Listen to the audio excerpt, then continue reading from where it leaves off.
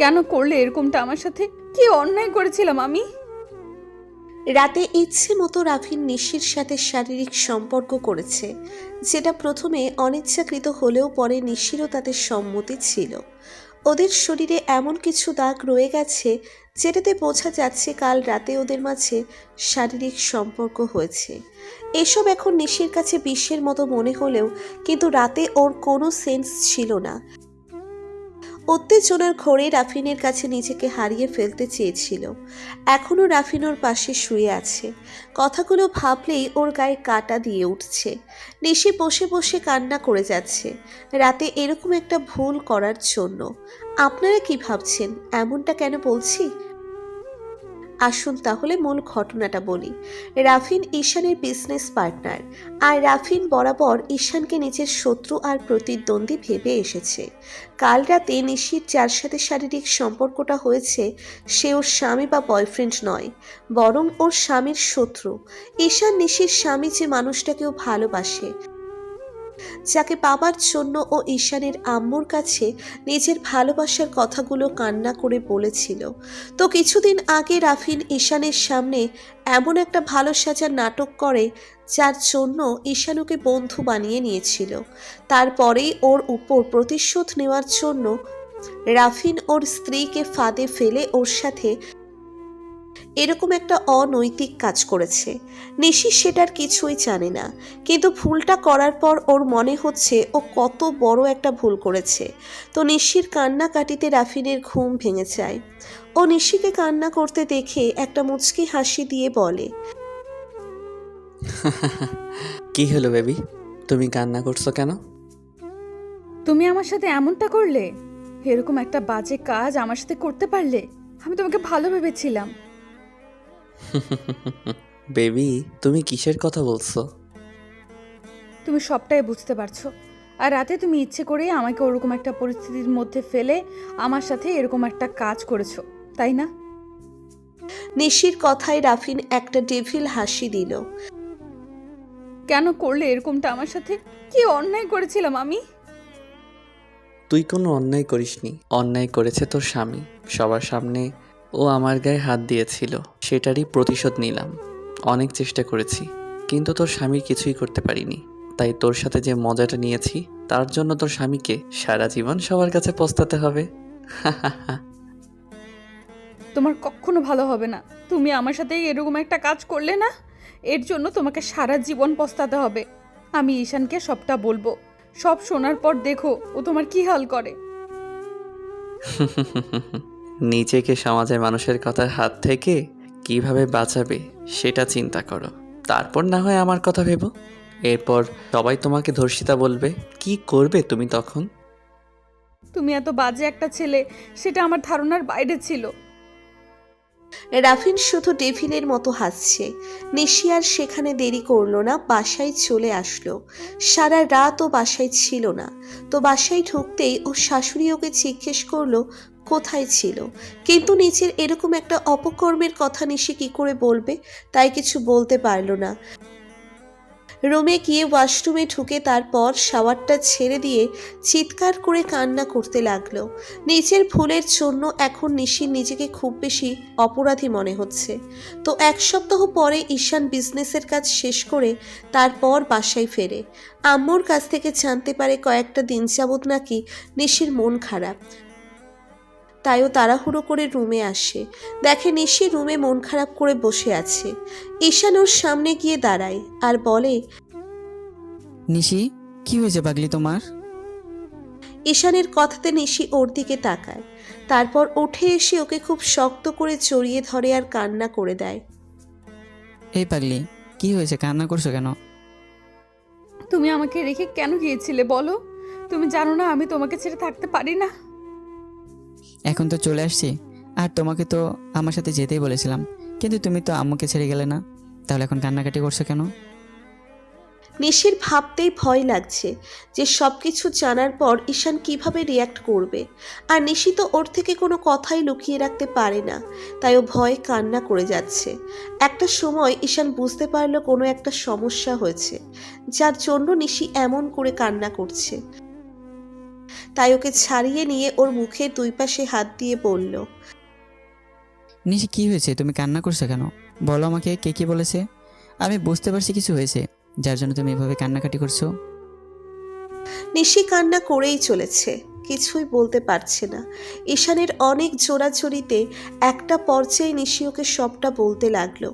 সবটা শোনার পর ঈশানের মনে হচ্ছে ও আর পৃথিবীতেই নেই। ও ভাবতেই পারছে না যে মানুষটাকে নাকি ও এতটা বিশ্বাস করেছিল সে কিনা ওকে এইভাবে ধোঁকা দিল। নিশি কি করে পারলো এরকম একটা বাজে কাজ করতে? ঈশান সেটা ভাবতেই পারছে না। ঈশান এক ঝটকায় নিশিকে ছাড়িয়ে নিল আর বলতে লাগলো, তুমি কি করে পারলে এমন একটা কাজ করতে? তোমার কি একবারও বিবেকে বাঁধলো না? ছি। আমার কথাটা বিশ্বাস করো, আমি ওরকম করতে চাইনি, কিন্তু ও আমাকে জোর করে এরকম একটা কাজ করতে বাধ্য করেছে, আমাকে ফাঁদে ফেলে এরকম একটা কাজ করেছে। তুমি কোনো বাচ্চা নাও যে ফাঁদে ফেলে তোমার সাথে এরকম একটা কাজ করেছে। আমি তোমার সাথে জাস্ট কথা বলতে পারছি না, ঘৃণা হচ্ছে তোমার প্রতি আমার। তুমি এরকম একটা বাজে কাজ কি করে করতে পারলে? বাবু বিশ্বাস করো, আমি এরকমটা করতে চাইনি। ও আমাকে চুপ, একদম চুপ।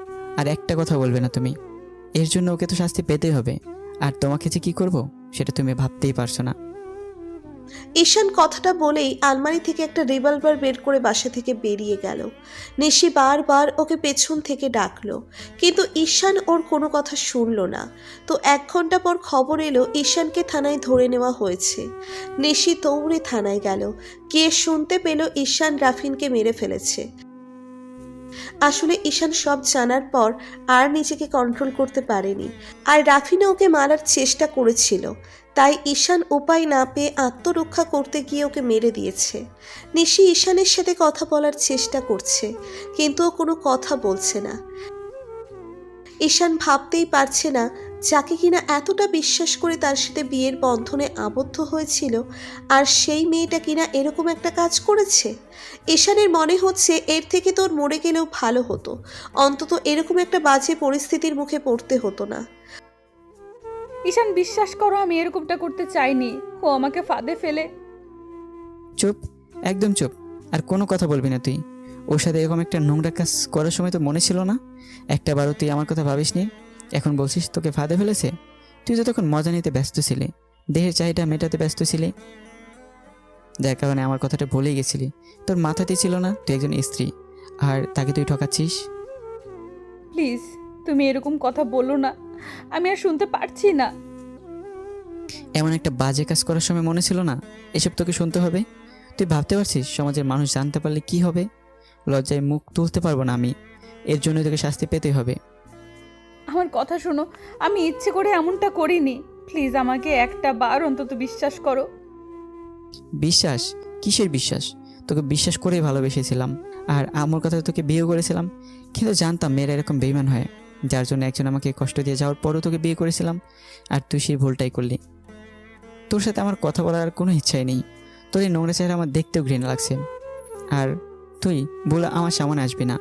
আমি তোকে মুক্তি দিয়ে দেবো, তোর সাথে সম্পর্ক রাখার আর কোনো প্রশ্নই আসে না।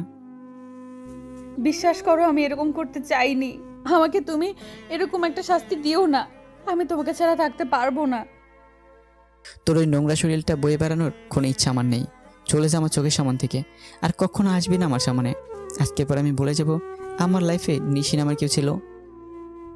অন্যদিকে ঈশানের আম্মু বিষয়টা শোনার সাথে সাথেই নিজেকে আর সামলাতে পারেনি, স্ট্রোক করে বসে। যে মেয়েটাকে উনি কিনা পছন্দ করে ছেলের সাথে বিয়ে দিয়েছিল, সেই মেয়েটা কিনা এরকম একটা কাজ করেছে। তাই আর নিজেকে ধরে রাখতে পারেনি। আম্মুর দাফনের সময় ঈশানকে সেখানে নিয়ে যাওয়া হলেও ও পাগলের মতো চিৎকার করে কান্না করেছিল।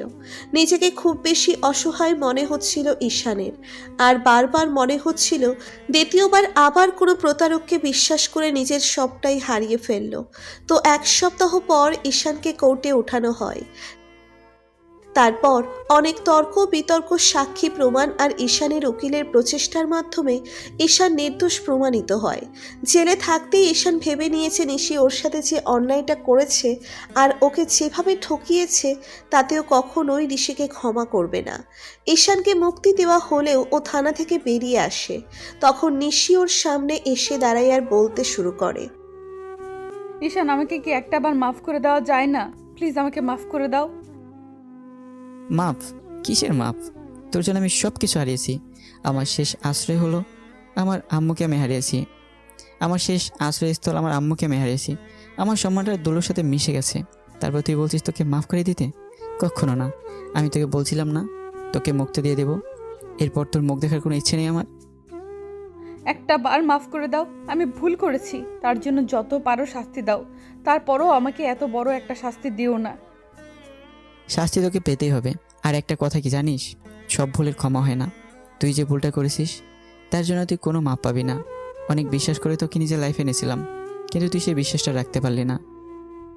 ঈশান, আমি বুঝতে পারিনি এরকম একটা ভুল কাজ করে ফেলবো। প্লিজ আমাকে মাফ করে দাও, আমি আর কখনো এরকম কাজ করব না। ভুল করার সময় তোর মনে ছিল না? তখন বুঝতে পারিসনি?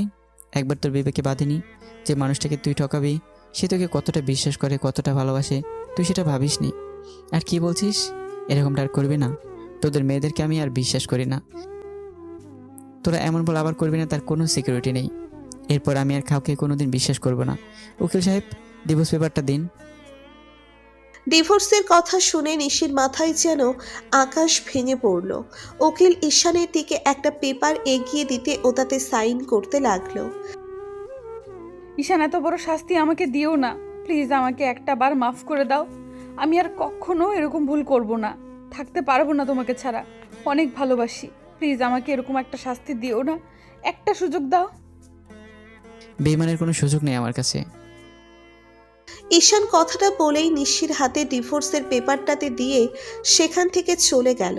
নিশি কান্না করতে করতে সেখানেই হাঁটু গেড়ে বসে পড়ল। নিজের ভুলের জন্য আজকে নিশির খুব বেশি অসহায় মনে হচ্ছে। আসলে ভুল করার সময় মানুষের মনে থাকে না। কিছু ভুল আছে ছাদে পড়ে করতে হয়, কিছু ভুল আছে ফাঁদে পড়ে করতে হয়, আর কিছু ভুল আছে নিজের ইচ্ছেতেই আর বেখেয়ালের জন্য হয়ে যায়। আর সব ভুলের তো ক্ষমা হয় না। তেমনি নিশিরও একটা ভুল ছিল যেটার জন্য ঈশান ওকে মাফ করতে পারেনি। সবাই ভালো থাকবেন আর চোখ কান খোলা রেখে চলবেন। এমন কোনো ভুল করবেন না যার জন্য প্রিয় মানুষটাকে হারাতে হয়। ধন্যবাদ। আল্লাহ হাফিজ।